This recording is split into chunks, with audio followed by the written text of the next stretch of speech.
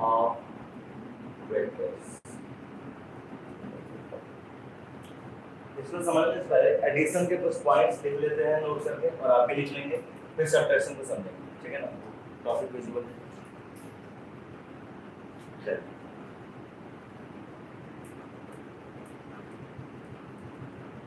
उसको समझने से पहले इस पॉइंट को समझिए। एडिशन ऑफ वेक्टर्स, इसको नोट में लिखिए। Addition of vectors, addition of, अगर वेक्टर ए है और वेक्टर बी है, इन दोनों को ऐड करते हैं तो रिजल्टेंट आता है R vector equal to vector A plus vector B. और वेक्टर है तो वेक्टर के पास अपना एक मैग्नीट्यूड होगा और डायरेक्शन भी होगा।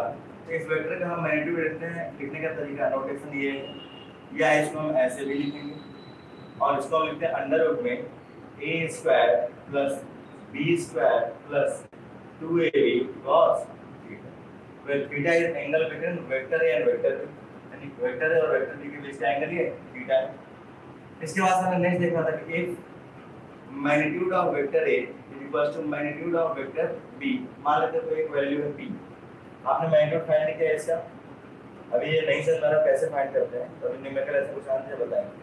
वेक्टर का आपने मैग्नीट्यूड फाइंड किया, वेक्टर बी का आपने मैग्नीट्यूड फाइंड किया, दोनों का एक ही वैल्यू आई, p वैल्यू आ रही है। इन दैट सिनेरियो जो रिजल्टेंट हमारे पास आता था वो आता था 2p cos थीटा बाय 2। तो ये पॉइंट्स याद रखना जरूरी है। पहला, सब्ट्रैक्शन ऑफ वेक्टर में क्या होता है कि हमें कहा है कि हमारे पास दो वेक्टर है, वेक्टर ए, हम उसको नहीं लिख रहे हैं, आप ऐसा कुछ कर रहे हैं, R vector is equal to vector A minus vector B. मन में ही आता है सबसे पहले दो वेक्टर का सब्ट्रैक्शन हो रहा है, लेकिन अगर आप ध्यान से इसको देखें ना तो ये सब्ट्रैक्शन नहीं, बेसिकली ये एडिशन ही है। किसका किसका एडिशन है, तो वेक्टर ए का एडिशन है और वेक्टर माइनस बी का एडिशन, मतलब जो बी वेक्टर है ना उसका निगेशन, उसका एडिशन है, ठीक है। तो यही सब्ट्रैक्शन ऑफ वेक्टर बेसिकली है क्या, एडिशन ऑफ, यहां पे लिख देते हैं addition of vector A and vector B, और बी को हम रिवर्स कर देते हैं, निगेशन के साथ करते हैं। इसका मतलब क्या है इसका समझना, इस मान लीजिए यहां पे जो हमारा vector A and vector B था, हम क्या ऐसे लेते थे वेक्टर ए और ट्रायंगल में हम लेते थे, ये टेल हो गया, ये हेड हो गया, दूसरा वाला वेक्टर बी, तो हेड टू टेल कनेक्शन करते थे हम, रिजल्टेंट हमारा ये होता था, रिजल्टेंट हमारा ये होता। अगर एंगल की बात करते थे हम लोग क्या करते थे कि एडवांस करते थे दोनों वेक्टर्स को, अगर देखें तो बी को एडवांस करें तो ऊपर ही जाएगा, इसका कोई ज्यादा रोल है नहीं, एक आपने एडवांस किया था तो ये आपका थीटा था, और यही थीटा हम यहाँ पर यूज करते हैं, ठीक है, यही थीटा हम यहाँ पर यूज करते थे, ठीक है। चलिए यहाँ पर अगर मान लीजिए यही सेम यहाँ पर काम कर रहे हैं तो वेक्टर ए और वेक्टर बी, अगर आप ध्यान से देखें तो यहाँ पर तो वेक्टर ए और वेक्टर बी का एडिशन हो रहा है, लेकिन यहाँ पर किसका एडिशन हो रहा है, वेक्टर ए और निगेशन ऑफ वेक्टर बी का एडिशन, बी का एडिशन नहीं। तो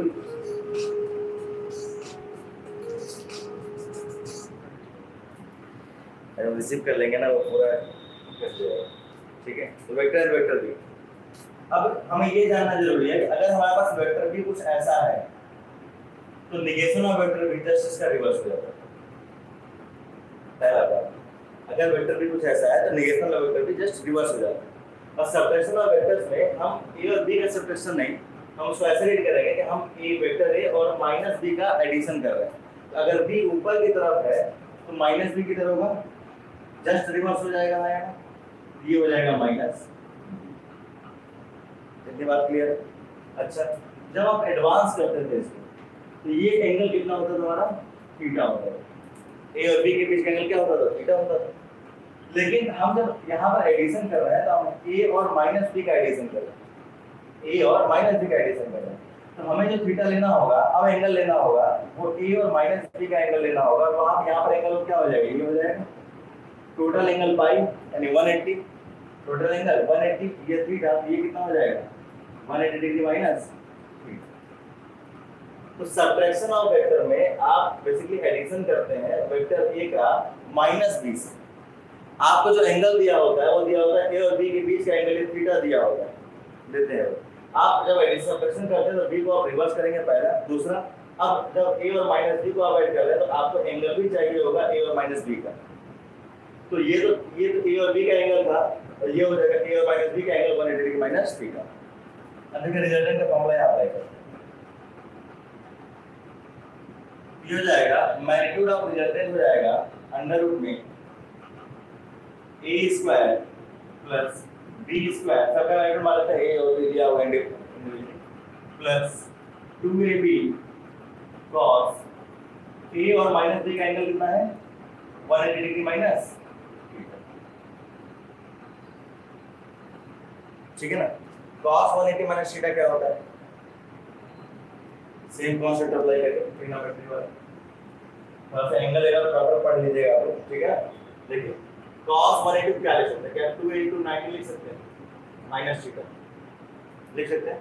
90 का मल्टीपल में इवन है तो ये चेंज नहीं हुआ, ये cos ही रहेगा cos theta. Next 180 minus theta किस क्वाड्रेंट में रहेगा, सेकंड क्वाड्रेंट, सेकंड में cos पॉजिटिव है नेगेटिव नेगेटिव माइनस cos, यानी cos 180 माइनस थीटा क्या आता है माइनस cos थीटा, यहां पुट कर देंगे तो रिजल्टेंट हमारे पास आ जाएगा। रिजल्टेंट किसका सब्ट्रैक्शन का, ये आ जाएगा अंडर रूट में a square plus b square, ये माइनस cos थीटा होगा तो माइनस 2ab cos। अब यहां पर थीटा किसी किसी के बीच का एंगल है, ये वाला जो ओरिजिनल डेटा हमने दिया था वेक्टर a और वेक्टर b के बीच का एंगल थीटा, ये हमने सॉल्व करने के लिए यहां तक पहुंचने के लिए ऐसा एज्यूम किया। पर आगे हम लोग रिलेटिव वेलोसिटी पढ़ेंगे ना, स्ट्रेट लाइन मोशन, वहां पर एक कांसेप्ट यूज होता है, बोलते हैं ना relative velocity of a with respect to b, तो b माइनस vb करते हैं, ठीक है। तो वहां पर भी ये कांसेप्ट हम लोग यूज करेंगे। जब आप सब्ट्रैक्शन कर रहे हो दो वेक्टर का, उन दोनों वेक्टर के बीच का एंगल थीटा होगा, in that scenario formula will be a square plus b square minus 2ab cos theta. अगर आप दोनों का एडिशन कर रहे हो in that scenario formula will be a square plus b square plus 2ab cos theta. तो यहां पर एक टर्म आता है, यहां पर उसको देख लेते हैं। मान लीजिए हमारे पास यहां पर एक केस आ जाता है कि magnitude of vector a inverse to magnitude of vector b inverse to आ जाएगा, मान लीजिए p लेते हैं यहां पर p था y की जगह पे, तो होगा क्या, जो रिजल्टेंट हमारे पास आएगा ये a की जगह पे p रख देंगे, b की जगह पे p रख देंगे और सॉल्व करेंगे तो अंडर रूट हो जाएगा ये p square plus p square minus 2 p into b again p square into cos theta. कोई दिक्कत है? इसको आप ध्यान दें तो इसको लिख सकते हैं r equal to 2p square minus 2p square cos theta और r इक्वल टू आ जाएगा, आप 2p स्क्वायर बाहर ले लेंगे, ब्रैकेट में आएगा 1 माइनस cos थीटा। अब अगेन यहाँ ट्रिग्नोमेट्री का रूल, यानी आपको पता होना चाहिए कि 1 माइनस cos थीटा को क्या लिख सकते हैं। तो एक बार आज जाइएगा, मतलब एक दो दिन में जो भी आपको समय मिलता है ट्रिग्नोमेट्री का सारे फॉर्मूले, ठीक है, उसके एंगल्स कैसे फाइंड करते हैं ये देख लीजिएगा। अगर नहीं समझ में आता है एंगल कैसे फाइंड, फॉर्मूले आपको याद आ जाएंगे, एक बार देखेंगे एंगल कैसे फाइंड करना नहीं समझ आता है बताइएगा, नेक्स्ट क्लास में पहले एंगल को डिस्कस कर देंगे, कैसा भी एंगल दिया होगा आप फाइंड करें, ठीक है। पर फिजिक्स में बहुत ज्यादा वेरिएशन हमें नहीं देता है, कुछ ही एंगल के आसपास घूमते रहो, कोई दिक्कत यहाँ से। अब सवाल यहाँ पर ये आता है कि 1 माइनस cos थीटा को क्या पुट कर सकते हैं, 1 माइनस cos थीटा को ट्रिग्नोमेट्री के हिसाब से क्या लिख सकते हैं। मैं डायरेक्ट रिजल्ट यहाँ लिख रहा हूँ, आपको होमवर्क ये है कि जो इसके बाद से मैं लिखूंगा वो आपको देखना है कि आप मूव कर पा रहे हैं कि नहीं कर पा रहे हैं, और अगर नहीं मूव कर पाएंगे तो नेक्स्ट क्लास में पहले आके पूछेंगे सर यहाँ जो नेक्स्ट स्टेप पर गए थे वो समझा। क्लियर है? तो होमवर्क आज का आपका क्लियर, क्या लिख पाएंगे केवल साइन, देखिए आर जो आपके पास आएगा वो आ जाएगा 2b स्क्वायर और 1 माइनस cos थीटा को हम लिखेंगे यहाँ पर 2 sin स्क्वायर थीटा बाई 2।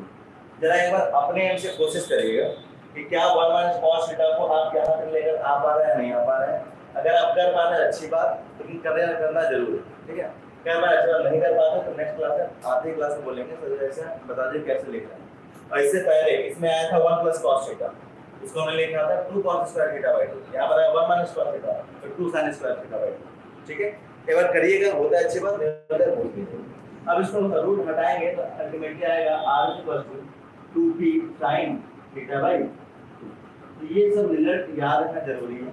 अगर सब्ट्रैक्शन है दोनों का मैग्नीट्यूड अलग अलग है तो रिजल्ट ये होगा, अगर सब्ट्रैक्शन है दोनों का मैग्नीट्यूड सेम है तो रिजल्ट ये होगा, एडिशन है दोनों का मैग्नीट्यूड अलग अलग है तो रिजल्ट ये होगा, एडिशन है दोनों का मैग्नीट्यूड सेम है तो रिजल्ट ये होगा।